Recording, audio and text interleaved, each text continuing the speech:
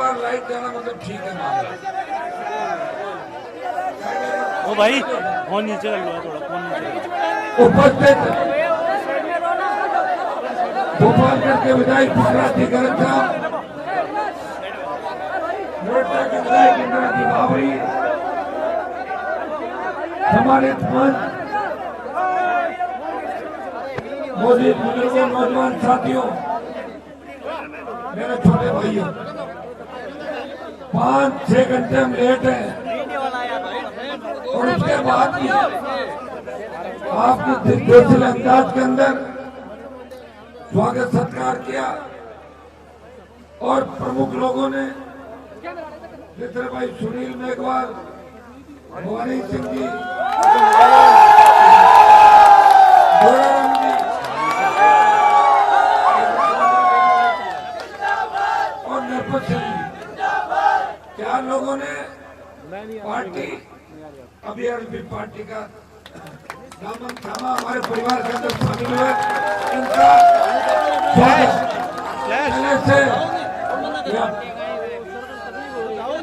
पहले से हमारी ये बहन शिमला पवन जी, ये भी काम कर रहे हैं सारे लोग, ये हमारा परिवार है। हम सब मिलके अगर मुकाबला करेंगे और सारे जिसको आरएलपी टिकट देगी अगर उसके साथ हो जाएंगे तो कांग्रेस और भारतीय जनता पार्टी को चुना शेरगढ़ के अंदर मैं कोई नया नहीं, शेरगढ़ में मैं कोई नया नहीं।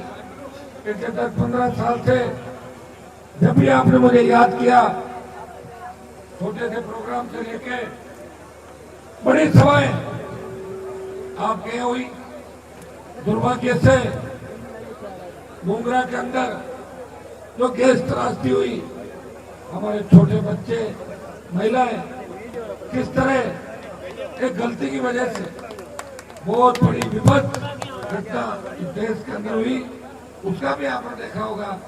हनुमान बेनीवाल ने लोकसभा के अंदर उस मुंगरा वाले मामले को मजबूती से उठाया।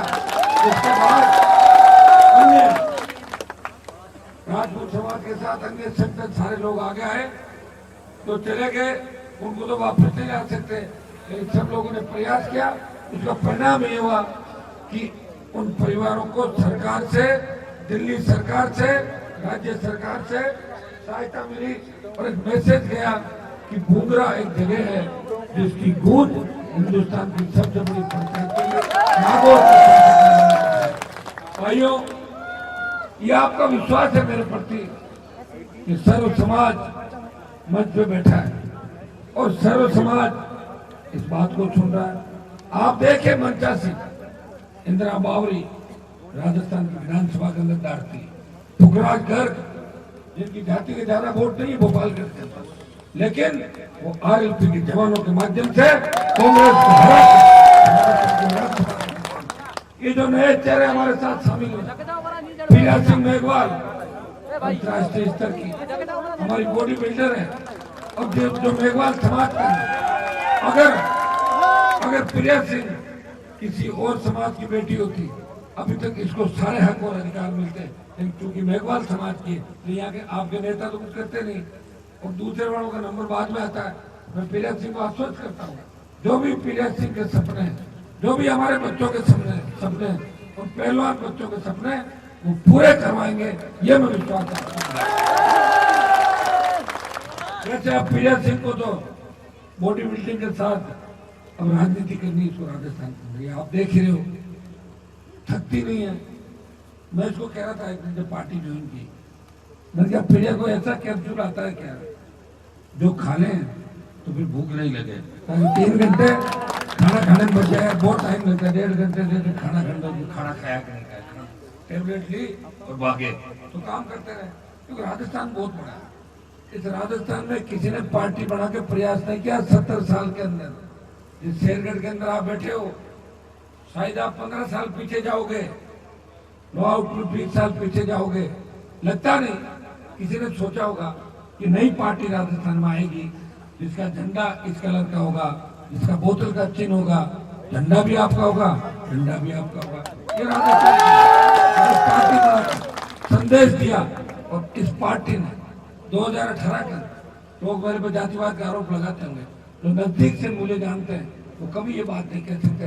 हनुमान बेनीवाल के पास आया, हर जाति का व्यक्ति उसके परिवार की बात है, उसको साथ लेके चलता है और सुख दुख का मदद करता है। 18 के चुनाव के 10 से ज्यादा मेघवाल समाज को टिकट दिए, 1 दिन के लिए 3 राजपूत समाज के भी टिकट दिए, बावरी समाज, गुजर, मीणा, यादव, तमाम जातियों के 57 उम्मीदवारों में से हर जाति को लड़ाने का प्रयास किया। उसी का परिणाम था कि दोनों हाथों से राजस्थान की जनता ने आशीर्वाद दिया। भाइयों, 18 में मेरा बोतल का चिन्ह था। 19 आते आते कांग्रेस बीजेपी ने मिलकर मेरा बोतल का चिन्ह ही छीन लिया। मैं टायर पे आया, टायर का चिन्ह मिला। मोदी की सरकार से समझौता हुआ, नागौर की सीट छोड़ी और बाड़मेर भी मुझे दी। लेकिन बाड़मेर में मुझे तरस आ गया, हमारे उम्मीदवार हम जी बैठे हैं, इनके सामने चुनाव लड़ा बीजेपी के नेता, वो तीसरे नंबर पर थे। मेरे अच्छी दोस्ती थी उनसे, भाई थे मेरे। तो मैंने कहा ऐसा करो, बाड़मेर की टिकट अपने पास रखो, पता नहीं टायर के चिन्ह में बाड़मेर वाला बोर्ड देंगे कि नहीं देंगे। पहले बोतल पे लिए थे वोट बाड़मेर के अंदर, चिन्ह बदल गया। चिन्ह बदलना बहुत बड़ी बात है, आप जानते हो चिन्ह पर ही सारा कुछ चलता है। तो मैंने कहा चिन्ह आपका रखो भाजपा का, और कैंडिडेट मेरी पसंद का रखो। और कैंडिडेट कैलाश चौधरी को बनवा दिया। जीत के मंत्री बने कि नहीं बने, चला गया। लेकिन जब जाने के बाद देश में किसान आंदोलन हुआ, और किसान आंदोलन में पंजाब, हरियाणा और देश के किसानों ने जिस तरह बिगुल बजाया, उन सबकी इच्छा थी कि हनुमान बेनीवाल का योगदान भी उस किसान आंदोलन में रहे। दिल्ली जयपुर का हाईवे जाम हो, मुझे कहा आप किसान के बेटे हो, आपसे हम उम्मीद करते हैं आप अगर मोदी की सत्ता छोड़ दो तो किसानों की जीत हो सकती है। भाइयों, मोदी की परोसी थाली मंत्री पद छोड़ के उत्तरी भारत का किसान बेटा किसानों का साथ कराया, नागौर का साथ था। जब सेना को ठेके में दे दिया, सेना के अंदर हर जाति के लोग हैं, नहीं जाट रेजिमेंट है, राजपूत रेजिमेंट है, कितनी रेजिमेंट है सेना के अंदर बताएं मुझे। और मैं तो अलग अलग रेजिमेंट की बात करता हूँ लोकसभा के अंदर, आई रेजिमेंट बनाओ, गुजर रेजिमेंट बनाओ, जितनी भी लड़ाकी जातियां उनको भर्ती सेना के अंदर करो। अग्निपथ, अग्निवीर के माध्यम से 25% को लेंगे, 75 वापिस जाएंगे। भाइयों, जो वापिस जाएंगे तो सेना की ट्रेनिंग ले वापिस जाएंगे तो क्या करेंगे, अपराध बढ़ेगा, बदमाशी बढ़ेगी, खाली तो रहेंगे नहीं। पिस्टल चलाने जाने में AK-47 अगर चलाएंगे तो यहाँ आके किसी गैंग का हिस्सा बन जाएंगे। वैसे गैंगवार बढ़ना राजस्थान के अंदर। इस बात का विरोध अगर किसी ने किया तो लोकसभा के अंदर अकेले नागौर के सांसद ने इस अग्निपथ का विरोध किया। जोधपुर के अंदर 2 लाख जवानों की रैली करके मोदी को चेतावनी दी, प्रधानमंत्री जी आप हमारी रेजिमेंट खत्म करने का प्रयास कर रहे हो। हमारी रेजिमेंट है, हमारी शान है। लोगों की बात का पता नहीं चलता, बाद में पता लगा जब कहेंगे यार मोदी ने धोखा दे दिया। तो धोखा देके काम चला रहा है, ऐसे कैसे बीजेपी सत्ता के अंदर रहेगी? आओ बताओ, जो बोलना वही छपना, कहना कुछ करना कुछ। अग्निपथ का विरोध भी किसी ने किया, नागौर के सांसद ने किया। तो विरोध का परिणाम ये हुआ कि पहले 25% को कहा कि 25% रखेंगे, 75 वापिस जाएंगे। अब कह दिया कि आधा कर देंगे, 50 को रख लेंगे। लेकिन मैं आपको विश्वास दिलाता कि आपने अगर एक हुंकार भरी दिल्ली की ओर, हमें दिल्ली के रास्ते पता है और किस तरह दिल्ली को घेरना है, उस दिन अग्निपथ वापिस हो जाएगा, जिस तरह तीनों कस्से में वापिस। भाइयों, आपने बीजेपी कांग्रेस का राज देखा, कहाँ अपराध होते थे बताओ मुझे। हम ढाणियों में रहने वाले लोग हैं, हमारे ढाणियों में किसी की हिम्मत नहीं थी आ जाए। अकेला खेत के अंदर कोई व्यक्ति रहता है तो आराम से चैन की नींद सोता। अब आप देखिए कि आप सुरक्षित नहीं हो। कब गुंडे बदमाश आए, कब किसी की हत्या कर जाए, छोटे बच्चों के साथ दरिंदगी की घटनाएं, बलात्कार की घटनाएं। राजस्थान अपराध के अंदर 1 नंबर पर चला गया। कौन जिम्मेदार है? या तो गहलोत है या वसुंधरा है। 25 साल राज किसने किया राजस्थान के अंदर? 2 ही लोगों ने राज किया 98 से लेकर तक। कांग्रेस भारतीय जनता पार्टी के शासन के अंदर सबसे ज्यादा नौजवानों ने आत्महत्याएं की, कर्जे के बोझ के तले किसानों ने सबसे ज्यादा आत्महत्याएं की, और दलितों पर सबसे ज्यादा अत्याचार हुए। तो 25 साल के अंदर कोई मूछ रख ले, उसको भी मार दे तो मूछ कैसे रख सकता है? ये किसका शासन था? कांग्रेस पार्टी का शासन था। आप ये बताएं कि आजादी के 70 साल 75 साल बाद भी अगर अपन इस तरह की घटनाएं करें, कौन जिम्मेदार है? सरकारें जिम्मेदार है। सरकार ऐसा सिस्टम करे। एक तरफ तो धर्म के नाम पे आप इकट्ठा कर रहे हो, श्रीलंका के लोग भी हमारी संख्या है, और दूसरी तरफ इनको बराबर का अधिकार नहीं मिले। आपको अधिकार किसने दिया था? वोट का। वोट का अधिकार बाबा साहब ने दिया था कि प्रत्येक व्यक्ति वोट डाले। तो जिनकी बात चली थी, बात ये चली थी जब संविधान सभा की मीटिंग थी और पहला वोट कौन करेगा हम चुनाव के अंदर, तो ज्यादातर जो लोग थे छूटे बूटे, उन्होंने कहा कुछ ऐसा करते हैं कि कोई पढ़ा लिखा आदमी वही वोट करे, कोई 8वीं पास, कोई 10वीं पास, कोई 12वीं पास, कोई ग्रेजुएट। तब बाबा साहब ने कहा पढ़ा लिखा आदमी है कहाँ इस देश के अंदर? हम तो पीड़ित शोषित हैं। 200 साल अंग्रेजों ने लंबे समय तक राज किया, पहले मुगलों ने लगातार 12 आक्रांताओं ने हिंदुस्तान में राज किया। यहाँ पढ़े लिखे लोग कम है। वोट का अधिकार हर उस व्यक्ति को दो जो वोट का राइट अधिकार रखता हो। उसमें पढ़ा लिखा का जो राइटर है वो हटाओ। आप ये बताएं उस टाइम अगर पढ़े लिखे का हो जाता, जिस तरह सरपंच में पिछली बार नहीं बता कि 8वीं 10वीं 12वीं पास बढ़ेगा, किसी फर्जी डिग्री आ गई, बात आई नहीं है। तो हर व्यक्ति मजबूत था, पढ़ा लिखा रखे ले आओ डिग्री में दिला रहा हूँ, कोई यूपी से ले कोई बिहार से ले। तो वोट का अधिकार जिस व्यक्ति ने दिया, उस व्यक्ति की सोच को हमें आगे बढ़ाना है और हम सबको मिलकर, सर्व समाज को मिलकर इस प्रदेश को बचाना है, इस देश को बचाना है। मैं इतना ही संदेश आपको दूंगा कि शेरगढ़ के अंदर मुझे लग रहा है इस बार बोतल शेरगढ़ में जीत सकती है, लेकिन मैं शेरगढ़ में ऐसे टिकट नहीं दूंगा किसी को।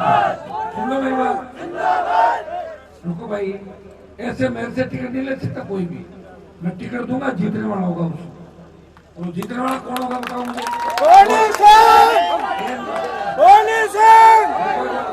बच्चों रुको, अरे रुको बच्चों, मोहन सिंह जी का इंदा हो गया। कौन? अरे मोहन सिंह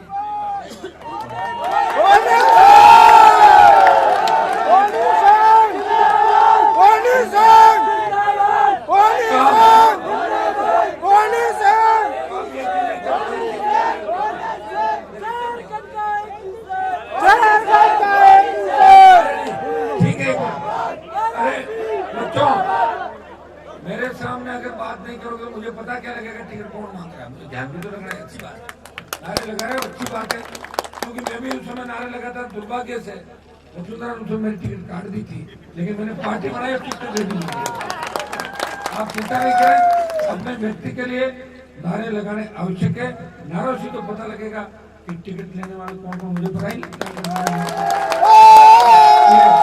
दोराराम जी भी टिकट आती है, दोराराम जी भी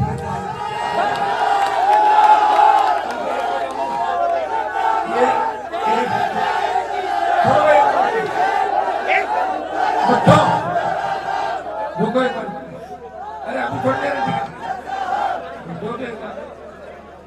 एक मिनट रुको, तो टिकट ऐसे थोड़े देंगे। हाँ, रत्न बैठ के जाऊंगा जाके।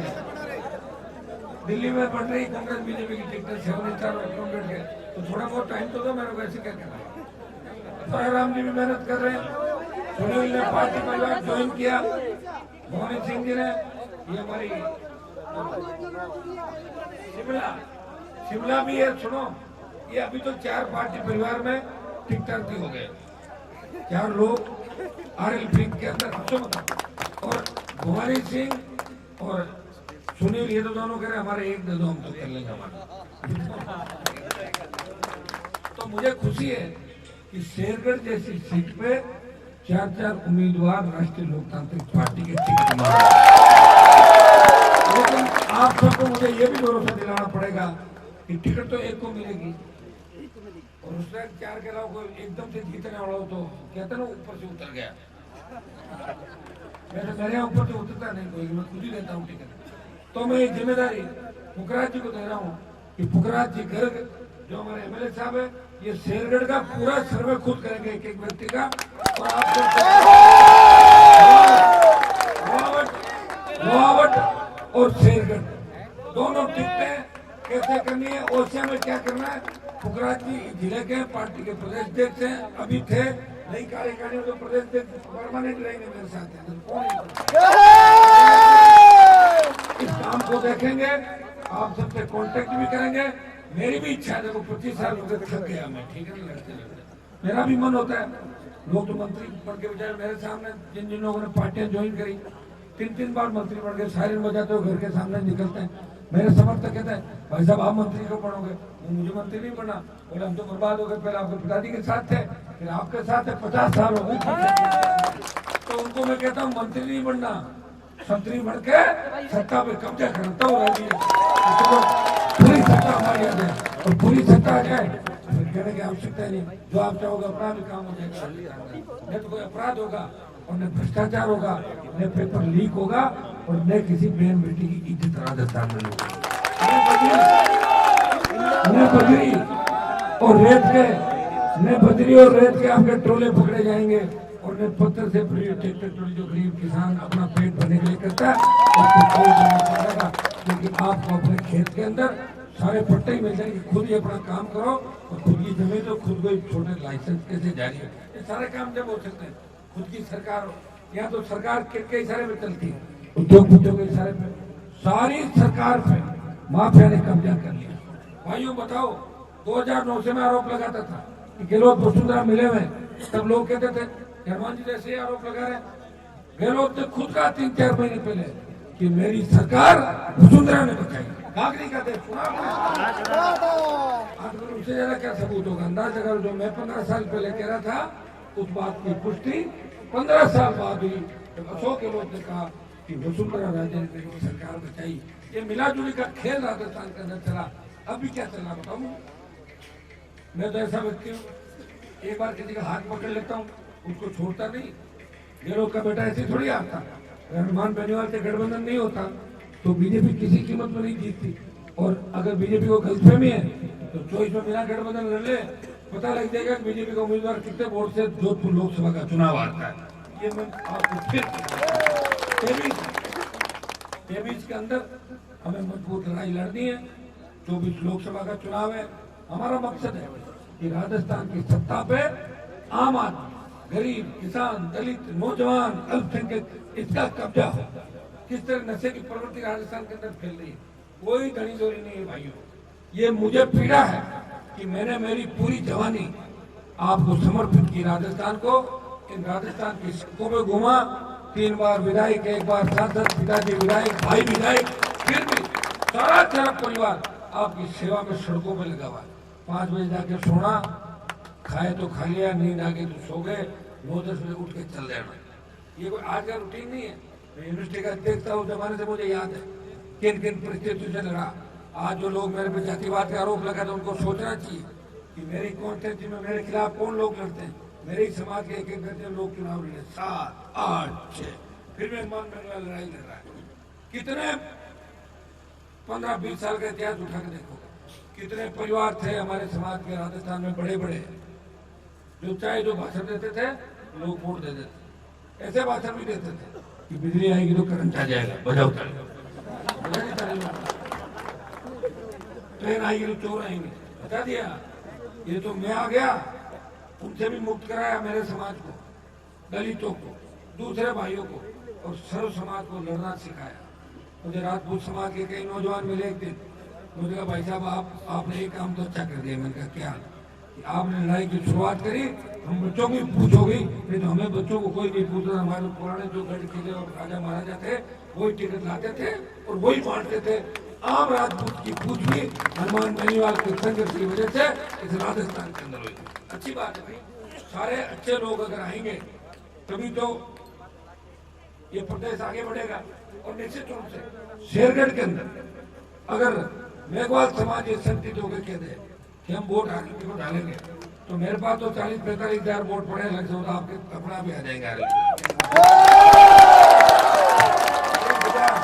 40-45 हमारे पास है 16 सिंबल के वोट, और आपके 60-65 हजार वोट है, वो पड़ जाए तो हो गया 1 लाख।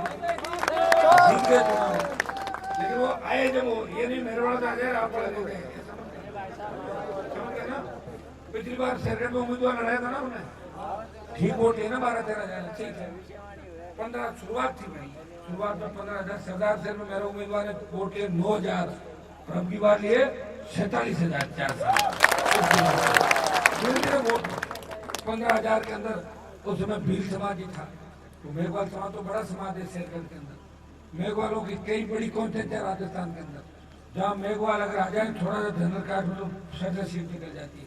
तुम तैयार हो जाओ नौजवान, मैं तो तैयार हूँ तुम्हें लड़ाने के लिए। झंडा भी है, हेलीकॉप्टर भी घुमा दूंगा, प्रचार कर जाऊंगा, मदद भी करूंगा।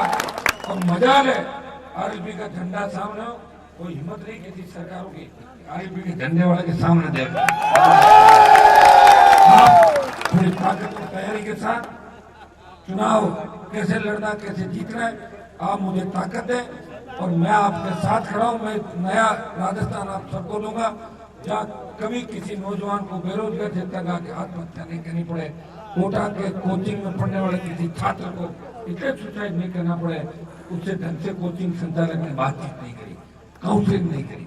तो भाइयों ये सारी पीड़ाएं ये हम सब मिलकर दूर करेंगे, नए राजस्थान का निर्माण करेंगे। इस यात्रा का नाम दिया है सत्ता संकल्प व्यवस्था परिवर्तन। हम व्यवस्था परिवर्तन जब ही कर पाएंगे जब हम सत्ता का संकल्प लेके चलेंगे।